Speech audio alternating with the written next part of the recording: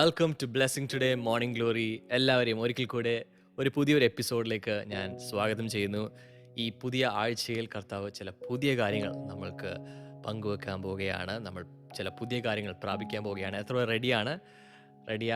ആയ വ്യക്തികൾ ചേർന്നൊരു ഹാലലുയ പറയാമോ? ഈ സമയത്ത് നമ്മുടെ ലൈവ് ചാറ്റിൽ, യൂട്യൂബിലാണ് നിങ്ങൾ കാണുന്നതെങ്കിൽ ലൈവ് ചാറ്റിൽ നിങ്ങൾ എവിടെ നിന്നാണ് ജോയിൻ ചെയ്യുന്നത് അത് ദയവായി മെൻഷൻ ചെയ്യുക. എല്ലാവർക്കും ഒരു ഹലോ, ഒരു പ്രൈസ് ലോഡൊക്കെ പറയുക. ഫേസ്ബുക്കിൽ കാണുന്ന വ്യക്തികളെ വെൽക്കം ചെയ്യുന്നു. സ്പോട്ടിഫൈയിലൂടെയും ആപ്പിൾ പോഡ്കാസ്റ്റിലൂടെയും കേൾക്കുന്ന വ്യക്തികളെ വെൽക്കം ചെയ്യുന്നു. അപ്പോൾ തന്നെ ഹാർവസ്റ്റ് TV പ്ലാറ്റ്ഫോംസിലൂടെ കാണുന്ന വ്യക്തികളെയും സ്പെഷ്യലി സ്വാഗതം ചെയ്യുന്നു. ലോകമെമ്പാടുമുള്ള ബ്ലെസ്സിങ് ടുഡേ ഫാമിലി നമുക്ക് ഒരുമിച്ച് കർത്താവിൻ്റെ സാന്നിധ്യത്തിലേക്ക് നമുക്ക് ഒരുമിച്ച് വരാം. ഇന്ന് ചില സ്പോൺസേഴ്സിന് വേണ്ടി നമുക്ക് ഒരുമിച്ച് പ്രാർത്ഥിക്കാം. നമുക്കിന്നൊരു കീ സ്പോൺസറാണ് ഉള്ളത്. എറണാകുളത്ത് നിന്നുള്ള ഒരു വെൽവിഷറാണ്. സിസ്റ്ററിന് വേണ്ടിയും സിസ്റ്ററിൻ്റെ കുടുംബത്തിന് വേണ്ടി നമുക്ക് ഒരുമിച്ച് കാര്യങ്ങൾ നീട്ടി പ്രാർത്ഥിക്കാം.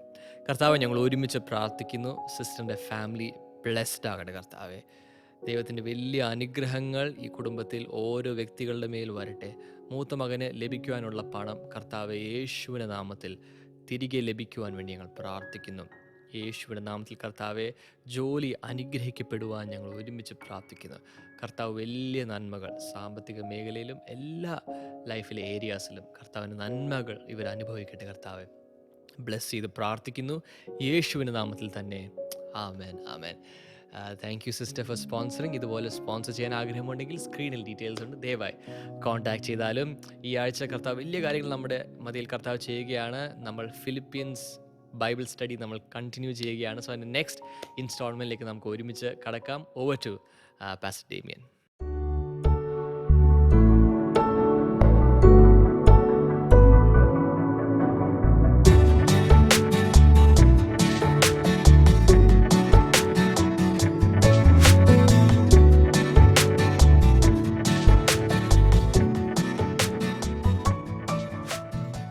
Welcome back.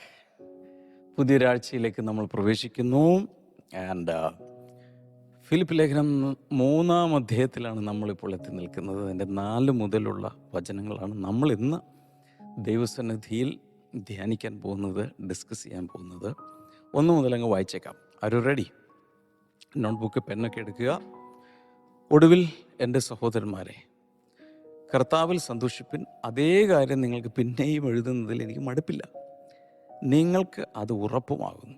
നായ്ക്കളെ സൂക്ഷിപ്പിൻ, ആകാത്ത വേലക്കാരെ സൂക്ഷിപ്പിൻ, വിച്ഛേദനക്കാരെ സൂക്ഷിപ്പിൻ. നാമല്ലോ പരിച്ഛേദനക്കാർ. ദൈവത്തിൻ്റെ ആത്മാവ് കൊണ്ട് ആരാധിക്കുകയും യേശു ക്രിസ്തുവിൽ പ്രശംസിക്കുകയും ജഡത്തിൽ ആശ്രയിക്കാതിരിക്കുകയും ചെയ്യുന്ന നാം തന്നെ. അത്രയും വരെ നമ്മൾ പഠിച്ചു കഴിഞ്ഞു. 4 മുതൽ നോക്കാം. പക്ഷേ എനിക്ക് ജഡത്തിലും ആശ്രയിപ്പാൻ വകയുണ്ട്. മറ്റാർക്കാനും ജഡത്തിൽ ആശ്രയിക്കുക എന്ന് തോന്നിയാൽ എനിക്കധികം. 8-ാം നാളിൽ പരിച്ഛേദനയേറ്റവൻ, ഇസ്രായേൽ ജാതിക്കാരൻ, ബെന്യാമിൻ ഗോത്രക്കാരൻ, എബ്രായരിൽ നിന്ന് ജനിച്ച എബ്രായൻ, ന്യായപ്രമാണം സംബന്ധിച്ച് പരീശൻ, ശുഷ്കാന്തി സംബന്ധിച്ച് സഭയെ ഉപദ്രവിച്ചവൻ, ന്യായപ്രമാണത്തിലെ നീതി സംബന്ധിച്ച് അനിന്യൻ. എങ്കിലും എനിക്ക് ലാഭമായിരുന്നതൊക്കെയും ഞാൻ ക്രിസ്തു നിമിത്തം ഛേദം എന്ന് എണ്ണിയിരിക്കുന്നു. വാ വാ ഈ ഓരോ വാക്കുകളുടെയും വെയിറ്റ് എത്ര ഭയങ്കരമാണ്. അദ്ദേഹത്തിൻ്റെ ജീവിതത്തിലെ, പൗലോസിൻ്റെ ജീവിതത്തിലെ അതിഭയങ്കരമായ ചില സാക്രിഫൈസസ് താൻ ചെയ്തതും തൻ്റെ അനുഭവസാക്ഷിയൊക്കെയാണ് നമ്മളീ കാണുന്നത്. നമുക്ക് ചിന്തിക്കാം, എന്താണ് നമ്മുടെ പശ്ചാത്തലം? കർത്താവിന് വേണ്ടി നമ്മൾ എന്താണ് ത്യാഗം ചെയ്തത്? ക്രിസ്തുവിനെ നേടുവാൻ വേണ്ടി നമ്മൾ എന്ത് ചെയ്തു? എൻ്റെ ഇംഗ്ലീഷിൽ പറയുന്നത് ഇങ്ങനെയാണ്: Though I myself have reasons for such confidence, if anyone else thinks he has reasons to put confidence in the flesh, I have more. Circumcised on the 8th day, of the people of Israel, of the tribe of Benjamin, Hebrew of Hebrews, in regard to the law, a Pharisee. As for zeal, persecuting the church. As for legalistic righteousness, faultless. But whatever was to my profit, I now consider loss for the sake of Christ. ഇതിൽ നമ്മൾ മനസ്സിലാക്കേണ്ട ഒരു വലിയ യാഥാർത്ഥ്യം എന്ന് പറയുന്നത്, അവരുടെ പശ്ചാത്തല നിമിത്തം, അവരുടെ ക്രെഡൻഷ്യൽസ് നിമിത്തം, അവർ ജനിച്ചു വളർന്ന സാഹചര്യം, മതം, സമുദായം, കുടുംബം ഇത് നിമിത്തം ഒത്തിരി പേർ ഈ ഭൂമിയിൽ അവരുടെ രക്ഷ വേണ്ടാന്ന് വയ്ക്കുന്നു. ഞങ്ങൾക്ക് രക്ഷ വേണ്ട, പിതാക്കന്മാർ നടന്നതുപോലെ, അല്ലെങ്കിൽ ഏത് കുടുംബ പശ്ചാത്തലത്തിൽ മതപശ്ചാത്തലത്തിൽ ജനിച്ചോ അവരെ ആരെയും വ്രണപ്പെടുത്താതെ ഇങ്ങനെയൊക്കെ അങ്ങ് ജീവിച്ചാൽ മതി, രക്ഷ കിട്ടിയില്ലെങ്കിലും കുഴപ്പമില്ല എന്ന പോളിസിയിലാണ് കോടിക്കണക്കിന് പേർ ഇന്ന് ജീവിക്കുന്നത്. എന്നാൽ ഇവിടെ നമ്മൾ കാണുന്നത് this is A testimony of sacrificing everything for Christ. ക്രിസ്തുവിന് വേണ്ടി ജീവിതത്തിലുള്ള എല്ലാം ദൂരെ എറിഞ്ഞു കളഞ്ഞ ഒരു മനുഷ്യൻ്റെ അനുഭവ സാക്ഷ്യമാണ് ഈ കാണുന്നത്. നിസ്സാര സംഭവമല്ല. So he was ready to give up all his prestigious things for Christ. കർത്താവിന് വേണ്ടി തൻ്റെ ജീവിതത്തിൽ തൂവലുകളായി, കിരീടങ്ങളായി, മെഡലുകളായി, പതക്കങ്ങളായി ഉണ്ടായിരുന്ന എല്ലാം അദ്ദേഹം ത്യജിക്കുവാൻ തയ്യാറായി. തിരിച്ചും കൂടി ഓർക്കണം, ക്രിസ്തു നമുക്ക് വേണ്ടി തനിക്കുള്ള സകലം 2 അധ്യായത്തിൽ കണ്ടല്ലോ. ദൈവരൂപത്തിലിരിക്കെ ദൈവമെന്നുള്ള ഈക്വാലിറ്റി പിടിച്ചുകൊണ്ടിരിക്കാതെ മനുഷ്യനായി, ദാസനായി, ക്രൂശിലെ മരണത്തോളം സകലത്തിലും തന്നെ താൻ താഴ്ത്തി, പിന്നെ പാതാളത്തിലേക്ക് പോയി, അവിടെ നിന്ന് ഉയർത്തപ്പെട്ടവനാണ് ക്രിസ്തു. ആ ക്രിസ്തുവിൻ്റെ പുറകെയാണ് നമ്മൾ പോകുന്നതെങ്കിൽ നമ്മുടെ ജീവിതത്തിൽ കളഞ്ഞു കുളിക്കാവുന്നതെല്ലാം കളയാൻ നമ്മൾ തയ്യാറാകണം. സോ നമ്മൾ പലർക്കും, ചിലരൊക്കെ വളരെ എടുത്തു പറയാവുന്ന ഔട്ട്സ്റ്റാൻഡിങ് ആയിട്ടുള്ളൊരു വലിയ കുടുംബത്തിലൊന്നും അല്ലായിരിക്കാം ജനിച്ചത്. സാമ്പത്തികമില്ലാത്ത കുടുംബത്തിലായിരിക്കാം, വിദ്യാഭ്യാസമില്ലാത്ത കുടുംബം. ഒന്നും കളയാനില്ല എന്ന് പറയുന്നൊരു വിഭാഗം കാണും, ഇടത്തരക്കാർ കാണും, അങ്ങേയറ്റത്ത് സൊസൈറ്റിയുടെ അങ്ങേയറ്റത്ത് ഒത്തിരി വലിയ കുടുംബത്തിൽ പിറന്ന് ഭയങ്കരമായ റിച്ചസും വെൽത്തും ഒക്കെ ഉള്ളവരും കാണും, പല പശ്ചാത്തലത്തിൽ. പക്ഷേ പൗലോസിൻ്റെ ബാക്ക്ഗ്രൗണ്ട് അനുസരിച്ച് ഒത്തിരി തനിക്ക് ഉപേക്ഷിക്കേണ്ടി വന്നു.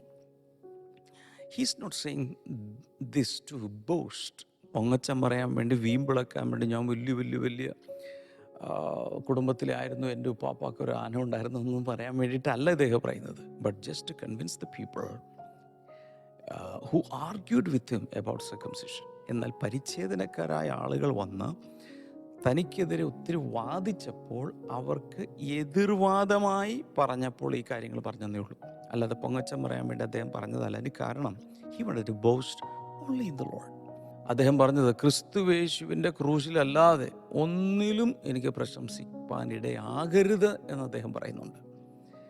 സോ അദ്ദേഹത്തിൻ്റെ ഉദ്ദേശം ഇത്രയേ ഉള്ളൂ, ഈ പരിച്ഛേദനക്കാരുടെ ഉപദേശത്തിനെതിരെ എതിർത്ത് നിൽക്കാൻ വേണ്ടിയാണ് അദ്ദേഹം ഇത് പറയുന്നത്.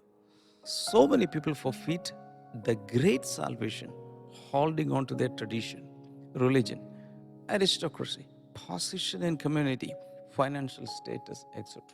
ഞാൻ നേരത്തെ പറഞ്ഞു, ഒത്തിരി പേരും ഈ ഇങ്ങനെയുള്ള കാര്യങ്ങൾ, വലിയ കുടുംബമാണ്, അതാണ് മഹിമയാണ് എന്നൊക്കെ പറഞ്ഞുകൊണ്ട് നിത്യരക്ഷയെ, സച്ച് എ ഗ്രേറ്റ് സാൽവേഷൻ, ഇത്ര വലിയ രക്ഷയെ അവർ വേണ്ടാന്ന് വയ്ക്കുന്നു.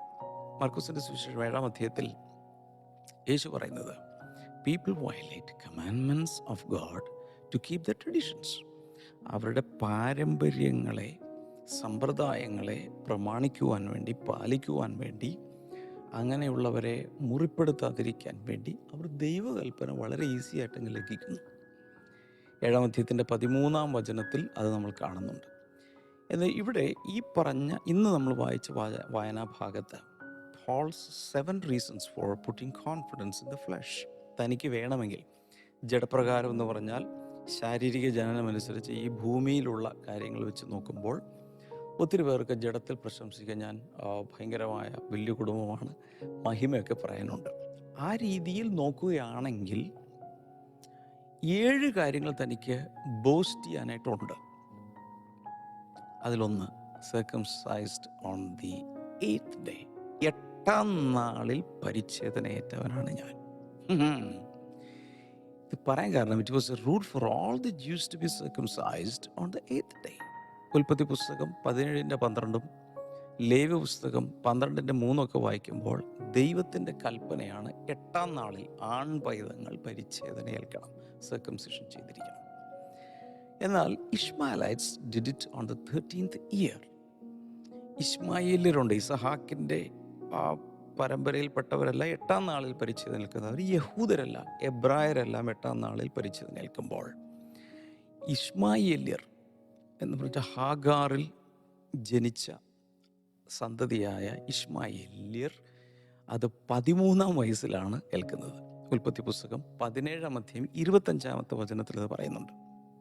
ദൈവം വന്ന് ഈ പരിച്ഛേദനയുടെ ഉടമ്പടി അബ്രഹാമുമായി ചെയ്യുന്ന സമയത്ത് ഇശ്മായേലിന് 13 വയസ്സായിരുന്നു. അപ്പോൾ അബ്രഹാമും ഇശ്മായേലും എല്ലാവരും അബ്രഹാമിൻ്റെ സന്തതികൾ ആദ്യമായി പരിച്ഛേദനയായിട്ട് ഇശ്മായേലാണ്, പക്ഷെ 13-ാം വയസ്സിലാണ്. അതുകൊണ്ട് ഇന്നും ഇശ്മായേലിൻ്റെ സന്തതി പരമ്പരകളായിട്ടുള്ളവർ 13-ാം വയസ്സിൽ ഏൽക്കുന്ന ഒരു രീതി ഉണ്ടെന്നാണ് പറയപ്പെടുന്നത്. ഇനി the Gentiles who converted to faith did it in manhood when they converted. ചിലരൊക്കെ ജാതികളാണ്, പക്ഷേ യഹൂദ മതത്തിലേക്ക് അവർ ചേർക്കപ്പെടും. അങ്ങനെ ചേർക്കപ്പെടുന്നവർ എപ്പോഴാണോ, ചിലപ്പോൾ 60 വയസ്സാകാം, 37 വയസ്സാകാം, ഏത് വയസ്സിലാണോ ആ സമയത്ത് പരിച്ഛേദനയാകും.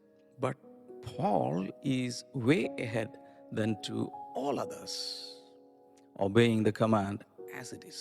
പക്ഷെ പൗലോസ് പറയുന്നത് 13-ാമത്തെ വയസ്സിലുമല്ല, പുരുഷനായ ശേഷവുമല്ല, എന്ത് ദൈവം കൽപ്പിച്ചോ ആ കറക്റ്റ് ഡേയിൽ 8-ാം നാളിൽ ഞാൻ പരിച്ഛേദനയേറ്റു. അതിൻ്റെ അർത്ഥം he's an original Jew, he's a born Jew, he's born to parents who took the law seriously.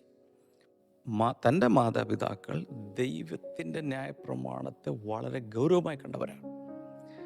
So he has a part in the covenant God cut with Abraham. അതിൻ്റെ അർത്ഥം ദൈവം അബ്രഹാമുമായി വെച്ച ഉടമ്പടിയിൽ തനിക്ക് വലിയൊരു പങ്കുണ്ട് എന്നാണ് അദ്ദേഹം പറഞ്ഞു വരുന്നത്. രണ്ടാമത്തേത്, of the people of Israel, ഞാൻ ഇസ്രായേല്യനാണ് എന്ന് അദ്ദേഹം അഭിമാനത്തോടെ പറയുകയാണ്. നമുക്കൊക്കെ ഇങ്ങനെ പലതും പറയാനുണ്ടാവും. ഞാൻ ഇന്ന വീട്ടിലെയാണ്, ഞാൻ ഇന്ന വർഗമാണ്, ജാതിയാണ്. Israel was the name given to Jacob after his encounter with God. ദൈവവുമായി ഒരു രാത്രിയിലുണ്ടായ ഭയങ്കരമായ ഒരു എൻകൗണ്ടർ ഉണ്ട്. ഉൽപ്പത്തി പുസ്തകം 32:28 അത് നമുക്ക് കാണാം. അന്നാണ് ഇസ്രായേൽ എന്ന പേര് യാക്കോബിന് കിട്ടുന്നത്. തൻ്റെ പേര് മാറുന്ന ഒരു എൻകൗണ്ടർ ആയിരുന്നു, തൻ്റെ പേര് മാറുന്ന ഒരു രാത്രിയായിരുന്നു അത്. The name Israel showed their special privilege and relationship with God Almighty. Israel എന്ന് പറയുന്നത് ദൈവവുമായുള്ള ഒരു പ്രത്യേകമായ ബന്ധവും, ആ ജനതയ്ക്കുള്ള ദൈവവുമായുള്ള പ്രത്യേക ബന്ധവും, കൂടാതെ പ്രത്യേകമായ ദൈവത്തിൽ നിന്ന് കിട്ടുന്ന അനുഗ്രഹങ്ങളും ആനുകൂല്യങ്ങളും എല്ലാം അതിനകത്ത് അടക്കം ചെയ്തിട്ടുണ്ട്. Many claimed their relationship with Abraham and called him father, but only the Israelites could claim their relationship with Jacob. ഒത്തിരി പേര് അബ്രഹാമിനെ പിതാവേ എന്ന് വിളിക്കുന്നുണ്ട്, ഇസ്മായിലിൻ്റെ സന്തതികളെല്ലാം വിളിക്കുന്നുണ്ട്, ആ പരമ്പരകളെല്ലാം വിളിക്കുന്നുണ്ട്. പല പല ബ്രാഞ്ചസിലുള്ളവരെല്ലാം തന്നെ നേരെ വിശ്വാസികളിൽ നിന്നും ക്രിസ്ത്യാനികളും അബ്രഹാമിനെ പിതാവേ എന്ന് കണക്കാക്കുന്നുണ്ട്. എന്നാൽ അദ്ദേഹം പറയുന്നത് ഒന്നുമല്ല. അവരെല്ലാം പല പല വഴികളിലൂടെ അബ്രഹാമിനെ പിതാവായിട്ട് കണ്ടുവിളിക്കുന്നവരാണെങ്കിൽ, യാക്കോബിലൂടെ അബ്രഹാം പിതാവായി തീർന്ന യഥാർത്ഥത്തിലുള്ള ഇസ്രായേൽ, കാരണം ഇസ്രായേൽ യാക്കോബിനാണ് കിട്ടിയത്, ആ യാക്കോബിൻ്റെ പിന്തുടർച്ചാവകാശിയായി വന്നവനാണ് ഞാൻ എന്നാണ് അദ്ദേഹം പറയുന്നത്. യഹൂദന്മാരെ സംബന്ധിച്ചിടത്തോളം ഈ ജിനിയോളജി, ലിനേജ്, അല്ലെങ്കിൽ ആ കറക്റ്റ് വരുന്ന വംശാവലി വളരെ പ്രധാനപ്പെട്ടതാണ്. അതിനനുസരിച്ചാണ് ഇത് പ്യുവറാണോ ഇല്ലേ എന്നറിയുന്നത്. ഇവിടെ ന്യൂ കിങ് ജെയിംസ് വേർഷനിൽ പൗലോസ് ഉപയോഗിക്കുന്ന ഡിസ്ക്രിപ്ഷൻ ഇങ്ങനെയാണ്: of the stock of Israel. ഇസ്രായേലിൻ്റെ കറക്റ്റ് സ്റ്റോക്ക് അനുസരിച്ച് വന്നയാളാണ് ഞാൻ. The word stock has A very sound biological implication. ഈ സ്റ്റോക്ക് എന്നുള്ള ആ വേർഡ് ഉപയോഗിക്കുമ്പോൾ അതിന് ജീവശാസ്ത്രപരമായി ഭയങ്കരമായ ഒരു അർത്ഥമുണ്ട്. സോ ഇവിടെ പറയുന്നത് one can be a Jew by birth or by conversion. പല രീതിയിൽ ഒരാൾക്ക് യഹൂദനാകാം. ചിലർ ജന്മന കൃത്യമായ മിക്സ് ഇല്ലാത്ത വംശാവലിയിൽ പിറന്നവരാണെങ്കിൽ, ചിലത് കൺവേർഷനിലൂടെ അവർ യഹൂദരായി ആ മതത്തിലേക്ക് ചേർന്നവരാണ്. ഉദാഹരണത്തിന് Ruth, a Moabite girl, is an example of such a case and became an ancestor of Jesus. ഉദാഹരണത്തിന് യേശുവിൻ്റെ മുതുമുത്തശ്ശിയായി തീരാൻ ഭാഗ്യം കിട്ടിയ റൂത്ത് ഒരിക്കലും യഹൂദ സ്ത്രീയല്ല. അവളൊരു മൊവാബ്യ പെൺകുട്ടിയായിരുന്നു. So the Jews were taken into captivity so many times, lived in exile, and there were also cases of mixed marriages. ഈ യഹൂദന്മാരെ അടിമകളായി പിടിച്ചുകൊണ്ടുപോയ കാലത്ത് അവിടെയുള്ള ജാതികളുമായി വിവാഹം കഴിച്ച് ഒത്തിരി മിക്സ് വന്നിരുന്നു. മിക്സ്ഡ് മാരേജസ് ഒത്തിരി ഉണ്ടായി. പക്ഷേ Paul sees is an Israelite, not through conversion or mixed marriage, not only in his parents' case, but also in the generations before. പക്ഷെ പൗലോസിൻ്റെ വംശാവലി എടുത്തു കഴിഞ്ഞാൽ സാക്ഷാൽ ഇസ്രായേലിനാണ്. കാരണം താൻ മറ്റൊരു മതത്തിൽ നിന്ന് അങ്ങോട്ട് മൈഗ്രേറ്റ് ചെയ്തതല്ല, മിക്സ്ഡ് മാരേജിലൂടെ ഉണ്ടായതല്ല. തൻ്റെ മാതാപിതാക്കൾ, അതിൻ്റെ മാതാപിതാക്കളും നേരെ മുകളിലേക്ക് നോക്കിയാൽ കൃത്യമായി യാക്കോബിലെത്തും, അവിടെ നിന്ന് അബ്രഹാമിലെത്തും. ഒരു അഡൾട്രേഷനും ഇല്ലാത്ത ഒരു വംശാവലിയിലാണ് ഞാൻ ജനിച്ചത്. എൻ്റെ അർത്ഥം Paul claims that he's a pure Israelite. He's an original breed. മാത്രമല്ല അദ്ദേഹം പറയുന്നത് പ്യുവർ ജിനിയോളജിയിലൂടെ ജനിച്ച വളരെ വിശുദ്ധിയുള്ള അല്ലെങ്കിൽ കലർപ്പില്ലാത്ത ഒരു യഹൂദനാണ് ഞാൻ. എൻ്റെ ബ്ലഡ് നേരെ വന്ന് ഇറങ്ങിയതാണ്. ഇതാണ് അദ്ദേഹം പറയുന്നത്. മൂന്നാമത് അദ്ദേഹം പറയുന്നത് of the tribe of Benjamin. ബെന്യാമിൻ ഗോത്രത്തിലാണ് ഞാൻ ജനിച്ചത്. അതാണ് അദ്ദേഹത്തിൻ്റെ പെഡിഗ്രി, അതാണ് അദ്ദേഹത്തിൻ്റെ ലിനേജ്. ഇവിടെ പറയുന്നത് Benjamin was the youngest son of Jacob through Rachel. യാക്കോബ് ഏറ്റവും സ്നേഹിച്ച തൻ്റെ ഭാര്യ ആണ് റേച്ചൽ. ആ റേച്ചലിന് വേണ്ടി വർഷങ്ങൾ താൻ വെയിലത്തും മഴയത്തും മഞ്ഞുകാലത്തൊക്കെ അധ്വാനിച്ചു അവളെ സ്നേഹിച്ചിട്ട്. ആ റേച്ചലിൽ ജനിച്ചതും അപ്പോൾ തന്നെ യാക്കോബിൻ്റെ ഏറ്റവും ഇളയ മകൻ. ഏറ്റവും ഇളയ പിള്ളേരോട് ഭയങ്കര സ്നേഹമായിക്കോൾ. അങ്ങനെ ജനിച്ചതാണ് ബെന്യാമിൻ. ആ ബെന്യാമിൻ ഗോത്രത്തിലാണ് പൗലോസ് ജനിച്ചത്. And Benjamin was the only sun born in the promised land. Canaan നാട്ടിൽ എത്തിയ ശേഷമാണ് ബെഞ്ചമിൻ ജനിക്കുന്നത്. അപ്പം അതുകൊണ്ട് ഈ ബെഞ്ചമിന് ഒത്തിരി പ്രത്യേകതകളുണ്ട്. അദ്ദേഹത്തിന് കനാൻ നാട്ടിൽ, വാഗ്ദത്ത നാട്ടിൽ ജനിക്കാൻ പറ്റി. വേറെ എല്ലാ 11 മക്കളും ജനിച്ചത് അവിടെയല്ല. അങ്ങനെയൊക്കെയുള്ള ഒത്തിരി കാര്യങ്ങൾ ഇൻവോൾവ് ആണ് തൻ്റെ ജനനത്തിൽ. ഉൽപ്പത്തി പുസ്തകം 35-ാം അധ്യായത്തിൻ്റെ 16 മുതൽ 18 വരെ ഒന്ന് നോട്ട് ചെയ്ത് വയ്ക്കുക. ഇസ്രായേലിൻ്റെ ആദ്യത്തെ രാജാവ് വരുന്നത് ബെന്യാമിൻ ഗോത്രത്തിൽ നിന്നാണ്. എന്ന് മാത്രമല്ല പൗലോസിൻ്റെ പേരെന്താണ്? ആദ്യത്തെ രാജാവിൻ്റെ പേര് സൗൾ എന്ന് വിളിക്കുന്ന, ശൗൽ എന്ന് വിളിക്കപ്പെടും. ആ പേര് പോലും ഇസ്രായേലിൻ്റെ ആദ്യത്തെ രാജാവിൻ്റെ പേരാണ്. സോ അങ്ങനെ വരുമ്പോൾ വളരെയധികം പ്രാധാന്യമാണ് അദ്ദേഹത്തിന് ഈ ബെന്യാമിൻ ഗോത്രത്തിൽ ജനിച്ചതുകൊണ്ടുള്ളത്. അടുത്തത് എ ഹീബ്രു ഓഫ് ഹീബ്രൂസ്. ഇത് അദ്ദേഹത്തിൻ്റെ ഹെറിറ്റേജിനെയാണ് കാണിക്കുന്നത്. കാരണം അദ്ദേഹത്തിന് ഒത്തിരി യഹൂദന്മാരെ ഹീബ്രു മറന്നുപോയി ഇടയ്ക്ക് വെച്ച്, കാരണം ഈ പിടിച്ചുകൊണ്ട് പോയ സമയത്തൊക്കെ. എന്നാൽ അദ്ദേഹത്തിന് അങ്ങനെയല്ല. അദ്ദേഹത്തിന് ഹീബ്രു ഭാഷ വളരെ നന്നായി അറിയാമായിരുന്നു. കാരണം അദ്ദേഹം ജനിച്ചത് ഒരു ജെൻറ്റൈൽ സിറ്റിയായ ടാർസസിൽ ആണെങ്കിൽ പഠിക്കാൻ വേണ്ടിയിട്ട് അദ്ദേഹം യെരുശലേമിലേക്ക് പോയി. ഗമാലിയലിൻ്റെ കാൽ കീഴിരുന്ന് പഠിച്ചു. അതുകൊണ്ട് അദ്ദേഹത്തിന് നന്നായിട്ട് എബ്രായ ഭാഷ പറയാൻ അറിയാമായിരുന്നു. പറഞ്ഞു വരുന്നത് എബ്രായരിൽ നിന്ന് ജനിച്ച എബ്രായൻ എന്ന് അദ്ദേഹം പറയുമ്പോൾ, ഒന്ന്, he's a pure Hebrew from Hebrew stock. എബ്രായർ എന്ന് പറയുന്നതിൽ നിന്ന് മിക്സ്ഡ് മാരേജ്, മിശ്ര വിവാഹങ്ങളൊന്നുമില്ലാതെ കൃത്യമായ ബ്രീഡിലാണ് അദ്ദേഹം ജനിച്ചത്. 2, ഹീസ് എ പ്രാക്ടീസിങ് ജ്യൂ. ഒത്തിരി യഹൂദന്മാരും യഹൂദനെന്ന് നാമധേയ ക്രൈസ്തവരുണ്ടെന്ന് പറയുന്നത് പോലെ ഒരു നെയിം സേക്ക് ജീവനേ ഉള്ളൂ.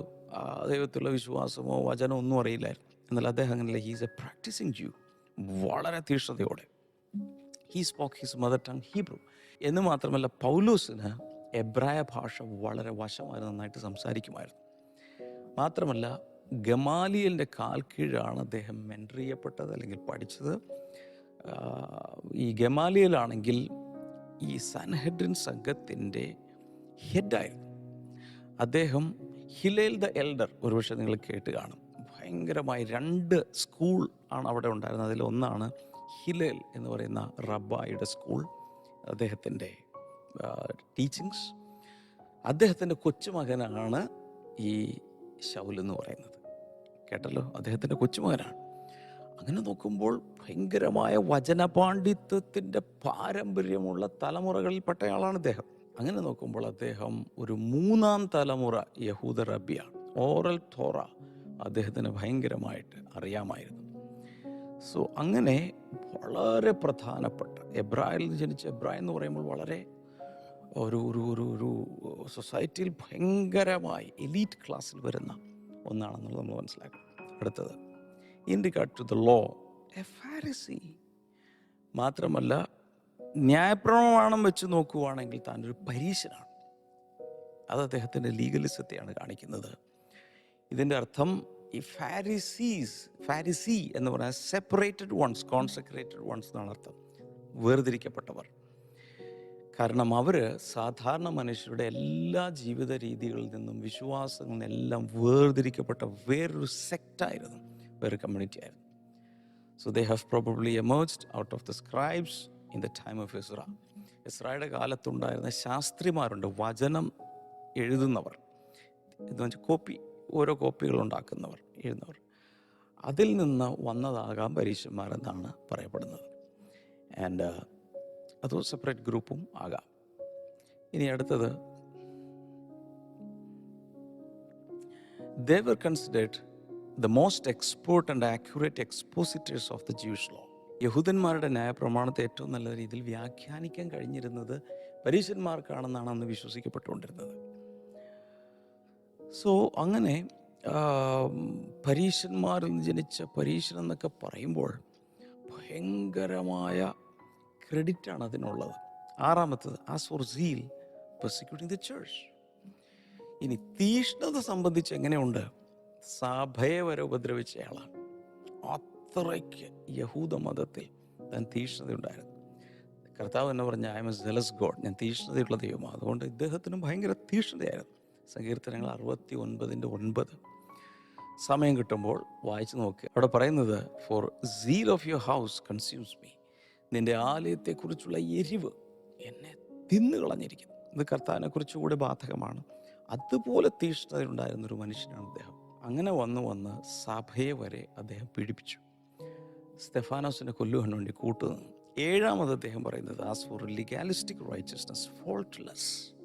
ന്യായപ്രമാണം സംബന്ധിച്ച് ഒരു കുറ്റവും ആർക്കും കണ്ടുപിടിക്കാൻ പറ്റാത്തതുപോലെ അദ്ദേഹം പാലിച്ചിരുന്നു എന്നാണ് അദ്ദേഹം പറയുന്നത്. പക്ഷെ ഒരു വലിയ വെല്ലുവിളി ഇപ്പോൾ വന്നിരിക്കുന്ന ഇതാണ്. അദ്ദേഹം പറയുന്നത്, whatever was to my profit I now consider loss for the sake of Christ. എന്നാൽ ഇങ്ങനെ ഭയങ്കരമായ പ്രിവിലേജസും അഡ്വാൻറ്റേജസും ഉണ്ടായിരുന്ന അദ്ദേഹം പറയുകയാണ്, എനിക്ക് എന്തെല്ലാം ലാഭമായിരുന്നോ അതെല്ലാം ഞാനിപ്പോൾ നഷ്ടം, ക്രിസ്തു നിമിത്തം നഷ്ടം എന്ന് എണ്ണിയിരിക്കുന്നു. ഇവിടെയാണ് നമ്മളെ തന്നെ ശോധന ചെയ്യേണ്ടത്. ഇതിന് കാരണം കർത്താവുമായി താൻ കണ്ടുമുട്ടി. ദമസ്കോസിലേക്കുള്ള നേർവീഥിയിൽ താൻ കണ്ടുമുട്ടുകയാണ്. അവിടെ വെച്ച് തൻ്റെ ഈ ക്രെഡൻഷ്യൽസ് മൊത്തം, പാണ്ഡിത്യം, അരിസ്റ്റോക്രസി, നല്ല കുടുംബത്തിൽ ജനിച്ചു എന്ന് പറയുന്നത്, നല്ല എബ്രായനാണ്, ഇതെല്ലാം കൂടെ ഒരു ത്രാസിൻ്റെ ബാലൻസിൽ ഒരു തട്ടിൽ വെച്ചു. മറ്റേ തട്ടിൽ താൻ ക്രിസ്തുവിനെ വെച്ചു. തൻ്റെ സൈഡ്, തനിക്കുണ്ടായിരുന്ന സൈഡ് അങ്ങ് പൊങ്ങി അങ്ങ് പോയി. ക്രിസ്തുവിൻ്റെ ആ ഭാഗം അങ്ങ് ഭയങ്കര വെയിറ്റോടെ താണു. അന്ന് അദ്ദേഹം തീരുമാനിച്ചു, നോ, എനിക്ക് ലാഭമായതെല്ലാം ഞാൻ കളഞ്ഞേക്കാം, ക്രിസ്തു നിമിത്തം. എല്ലാവരും പറഞ്ഞേ, ക്രിസ്തു നിമിത്തം, ബിക്കോസ് ഓഫ് ക്രൈസ്റ്റ്. എല്ലാവരും പറഞ്ഞേ, four the sake of Christ. ഒന്ന് ടൈപ്പ് ചെയ്തിട്ടേ, കമൻറ്റ് സെക്ഷനിൽ ടൈപ്പ് ചെയ്തിട്ട്, ക്രിസ്തു നിമിത്തം, ക്രിസ്തു നിമിത്തം. എല്ലാവരും ഒന്ന് പറഞ്ഞ വാക്കുണ്ട്, ക്രിസ്തു നിമിത്തം. ഇതിനെക്കുറിച്ച് പറയാവുന്നത് ഇങ്ങനെയാണ്. ഒരു വലിയൊരു കൊട്ടാരം ഒരാൾ കണ്ട് മോഹിച്ചു, എനിക്കത് ആ കൊട്ടാരം എങ്ങനെയെങ്കിലും വാങ്ങണം. അതിനുവേണ്ടി ജീവിതകാലം മുഴുവൻ അധ്വാനിച്ച് പണം സ്വരൂപിച്ച് എല്ലാം റെഡിയാക്കി. എന്നിട്ട് കൊട്ടാരത്തിൻ്റെ ഉടമയോട് ചെന്ന് പറയാൻ, എനിക്ക് ഈ കൊട്ടാരം വേണം, പൈസ തരാൻ ഞാൻ തയ്യാറാണ്, ഐ എം റെഡി. ആ കൊട്ടാരത്തിൻ്റെ ഉടമ പറയാം, I can give you free of cost. അപ്പോൾ അദ്ദേഹം പറയുകയാണ്, നിങ്ങളൊന്നും തരണ്ട, ഇത് സൗജന്യമായിട്ട് എടുത്തു. ഇതാണ് പൗലോസിനെ പറ്റി. ജീവിതകാലം മുഴുവൻ ന്യായപ്രമാണം അനുസരിച്ചും ഒത്തിരി കാര്യങ്ങൾ ചെയ്തും എങ്ങനെയെങ്കിലും ദൈവത്തെ പ്രസാദിപ്പിക്കാൻ നോക്കി. അവസാനം പറയാം, ഒന്നും വേണ്ട, എൻ്റെ മകനിലൂടെ, എൻ്റെ പുത്രനിലൂടെ ഞാൻ നിന്നിൽ പ്രസാദിച്ചിരിക്കുന്നു. ഇതാണ് പൗലോസിന് സംഭവിച്ചത്. ഇനി പൗലോസ് ഇതെല്ലാം എറിഞ്ഞു കളയാൻ തയ്യാറായി. നമ്മളതിന് തയ്യാറാകുമോ? നമ്മൾ ഇന്ന് പിടിച്ചുകൊണ്ടിരിക്കുന്ന വലിയ വലിയ സംഭവങ്ങളാണെന്ന് പറയുന്ന സകലവും കളയുവാൻ നാം ഇപ്പോൾ തയ്യാറാകുമോ എന്നുള്ളതാണ് ചോദ്യം. ഇത് പൗലോസിൻ്റെ ഒരു വലിയ സാക്ഷ്യമാണ്. നമുക്കിന്ന് അങ്ങനെ ഒരു തീരുമാനം എടുക്കാൻ പറ്റും. എന്തെങ്കിലുമൊക്കെ കാരണത്താൽ ക്രിസ്തുവിനോട് എടുക്കാതെ, പ്രാർത്ഥനയ്ക്ക് പോകാൻ പറ്റാതെ, ബൈബിൾ വായിക്കാൻ പറ്റാതെ, പരസ്യമായും വളരെ ധൈര്യത്തോടെ യേശുവിന് വേണ്ടി സാക്ഷിയായി ജീവിക്കാൻ പറ്റാത്തതായി ബാക്കിലേക്ക് പിടിച്ചു വലിക്കുന്ന വംശപാരമ്പര്യങ്ങളോ സമ്പത്തോ കൂട്ടുകാരോ നമ്മുടെ കമ്മ്യൂണിറ്റിയോ മതമോ എന്തെങ്കിലും ഉണ്ടെങ്കിൽ പൗലോസ് പറയുന്നത് പോലെ ഒരു തീരുമാനമെടുക്കാൻ നമുക്ക് സാധിക്കുമോ? ഇത് കേൾക്കുന്ന പലരും ഒരുപക്ഷെ ഓൾറെഡി ഇതെല്ലാം കളഞ്ഞവരായിരിക്കാം, അതിൻ്റെ വെറുപ്പും സമ്പാദിച്ചവരായിരിക്കാം. പക്ഷെ അല്ലാത്തവരോട് ഞാൻ പറയാം, അല്ലെങ്കിൽ അങ്ങനെ കളഞ്ഞെന്ന് പറയുന്നവർ തന്നെ ഇനി എന്തെങ്കിലും കളയാനുണ്ടോ? ഇതിനർത്ഥം ആരെയും ഇനി വേണ്ട, ഞാൻ എനിക്ക് ക്രിസ്തു മാത്രം, അതൊന്നുമല്ല ഇതിൻ്റെ അർത്ഥം. ഇമ്പോർട്ടൻസ് നമ്മൾ കൊടുക്കുമ്പോൾ ക്രിസ്തുവിന് ഇമ്പോർട്ടൻസ് കൊടുക്കുക, ഏറ്റവും ടോപ്പിൽ കർത്താവിനെ കൊണ്ടുവരിക. ഇനി അങ്ങോട്ട് ഇതിന് ശേഷമുള്ള ഈ 3-ാം അധ്യായത്തിലെ ഓരോ വാക്കുകളും ഓരോ വചനങ്ങളും വളരെ പവർഫുള്ളാണ്. അതുകൊണ്ട് ഈ ആഴ്ചയിൽ ഒന്നുപോലും മിസ്സാകരുത്. പ്രാർത്ഥിക്കാം. കർത്താവേ, കേട്ട വചനങ്ങൾക്കായി നന്ദി പറയുന്നു. ഞാനിപ്പോൾ പ്രാർത്ഥിക്കുന്നു, വചനം കേട്ടവർക്ക് ആവശ്യമില്ലാത്ത ക്രിസ്തുവിനെതിരെ നിൽക്കുന്ന സകല ഉപേക്ഷിച്ച് കളയാനുള്ള കൃപ അങ്ങ് കൊടുക്കണമേ. രോഗികൾ സൗഖ്യമാകട്ടെ, കണ്ണുകൾ യേശുവിൻ്റെ നാമത്തിൽ സൗഖ്യമാകട്ടെ, നട്ടല് സൗഖ്യമാകട്ടെ, പ്രത്യേകിച്ച് നട്ടലിൻ്റെ ഏറ്റവും അറ്റത്തുള്ള ടെയിൽ ബോൺ യേശുവിൻ്റെ നാമത്തിൽ സൗഖ്യമാകട്ടെ. ചില ഗ്രോത്തുകൾ, ഈ മാംസ വളർച്ച അവിടേക്ക് വന്നിരിക്കുന്ന യേശുവിൻ്റെ നാമത്തിൽ ചുരുങ്ങി മാറിപ്പോട്ടെ, നീരുകൾ വറ്റിപ്പോട്ടെ. എന്ത് രോഗമാണെങ്കിലും കൈനീട്ടി പിടിക്കുക കർത്താവേ.